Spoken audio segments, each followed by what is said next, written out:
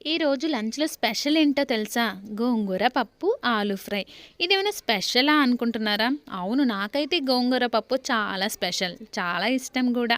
ఈరోజు గోంగూర పప్పుని ఎలా తయారు చేశానో తెలుసా? గోంగూరనైతే తీసుకొని కుక్కర్‌లోనే డైరెక్ట్‌గా తాలింపయితే వేసేసుకున్నా.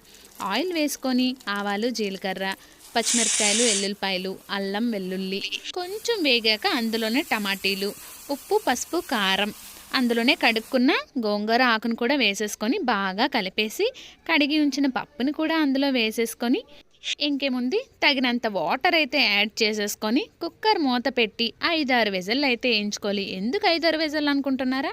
గోంగూర పులుపు కదా, పప్పు ఉడకడానికి కొంచెం టైం అయితే పడుతుంది. అంతే, ఇంక తీసి కవ్వం కొట్టేసుకోవడమే. కొత్తిమీర వేసేసుకొని ఇంకేముంది నచ్చినంత వేసుకొని తినేయాలి. ఇంతే. దీంతో ఏదైనా వేపుడు కర్రీ అయితే బాగుంటుంది. నేనైతే ఆలు ఫ్రై చేశాను. ఇది మీకు నచ్చితే లైక్